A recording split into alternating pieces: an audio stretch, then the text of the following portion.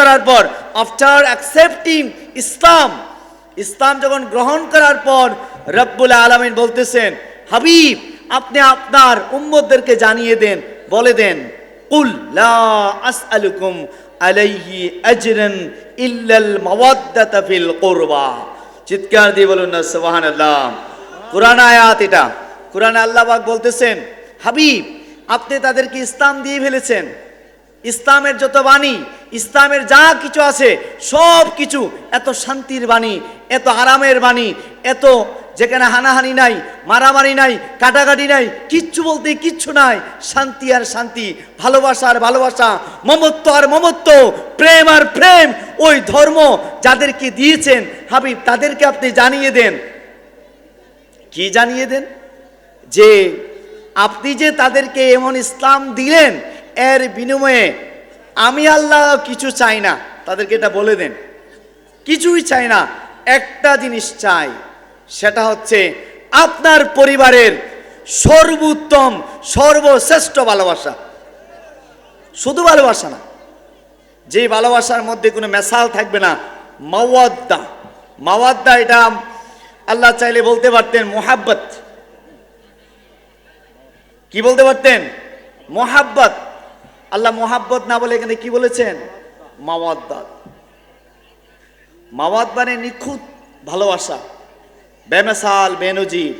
আহলে বাইতকে ভালোবাসতে তারাই ভালোবাসতে পারবে যাদের অন্তরের মধ্যে নেফাকি নাই।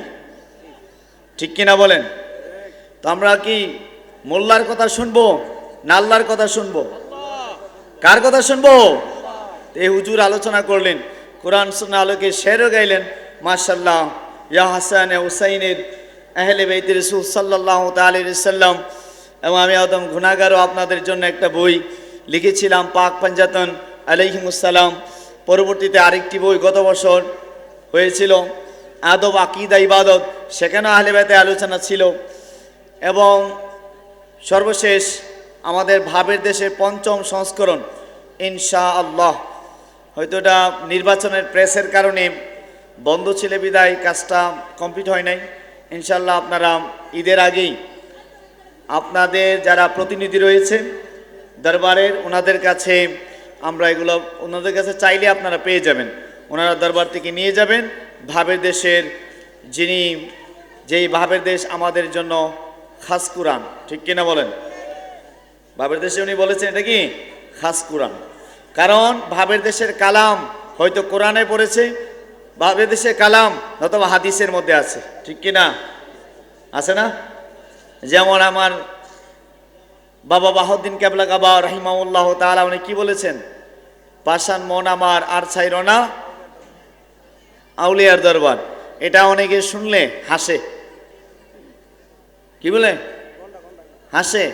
অথচ আল্লাহ কোরআনে বলেছেন ওয়াকুনু মা'আস সাদিকিন। বলুন না সুবহানাল্লাহ। আল্লাহ রাব্বুল আলামিন পবিত্র কালামুল্লাহ শরীফে বলেছেন যে 3 শ্রেণীর মানুষের কাছ থেকে তোমরা ইলম অর্জন করো। There are 3 ways to gain knowledge. Number 1, প্রথমে যে কাজটা তোমরা করবে, তোমরা কালামুল্লাহ শরীফ খুলো। আল্লাহ সর্বপ্রথমেই যখন কুরআনুল কারীমের প্রথম আয়াত কি? সর্বপ্রথম আল্লাহ যে কোরআনে আয়াতটা দিলেন সেটা হচ্ছেন ইকরা। কি বলেছেন? ইকরা। হাবিব আপনি আপনার উম্মত সবাইকে বলেন পড়ার জন্য, তাহলে ইলম অর্জন হবে। দ্বিতীয় নাম্বার ইলম আল্লাহ কি বলেছেন?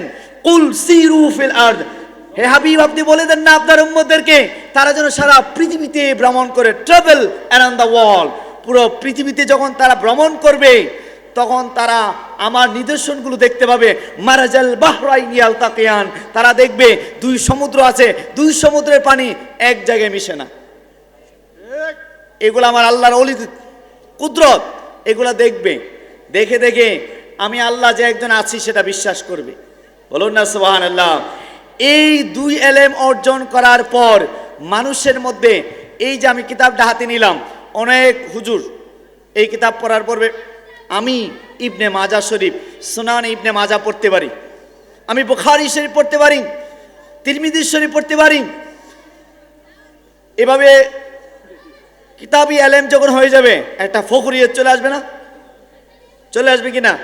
আবার যখন বিভিন্ন রাষ্ট্রের মধ্যে ঘুরবে তখন সে বলবে আমি লন্ডন গিয়েছি, প্যারিস গিয়েছি, ইউকেতে গিয়েছি, ইউএসএ গিয়েছি। এভাবে সে বলবে আমি বিভিন্ন জায়গায় গিয়েছি।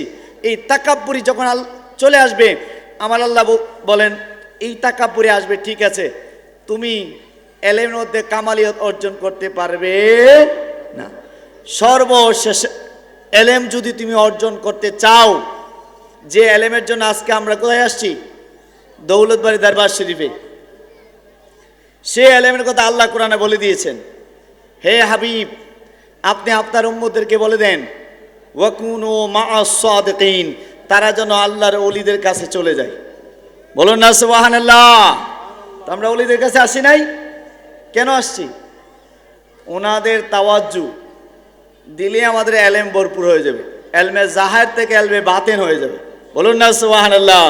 জাহিরি বাতিনি সমস্ত এলেম আমরা অর্জন করতে পারবো। তা আমি আসলে আলোচনার জন্য দাঁড়াই নাই, কি জন্য দাঁড়াইছিলাম ভুলে গেছি। ও হুজুর ওয়াজ করবে, হুজুরের ওয়াজের জন্য দাঁড়াইছিলাম। আমরা হুজুর আছেন, আমাদের শ্রদ্ধেয় ভাই হযরত মাওলানা রাহিমাতুল্লাহ সাহেব, ভাইও আসছেন অনেকদিন পরে, ব্যস্ততার জন্য আসতেও পারেন না।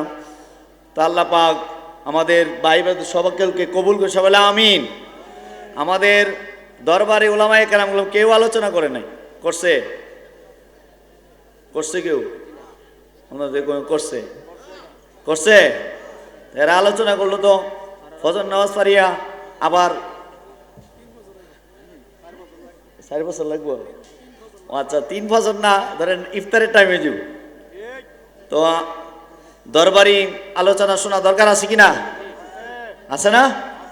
আচ্ছা যাক, আমি আলোচনা করব না ভাই।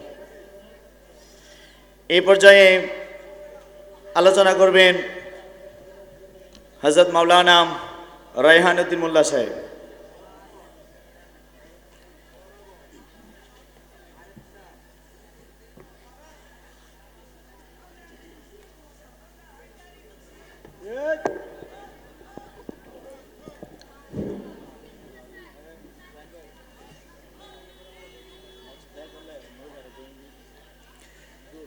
মা বোন, আপনারা যারা বাবাজান কেবলার সাথে দেখা করবেন, আপনারা ড্রয়িং রুমে চলে যান।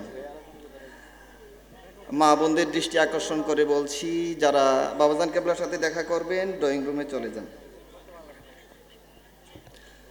আসসালামু আলাইকুম ওয়া রাহমাতুল্লাহি ওয়া বারাকাতুহু। নারে হায়দারি। প্রেমিকের সুর তো এটা না। সবাই দাওয়াতে আসছেন কিনা? বিয়ের বাড়ি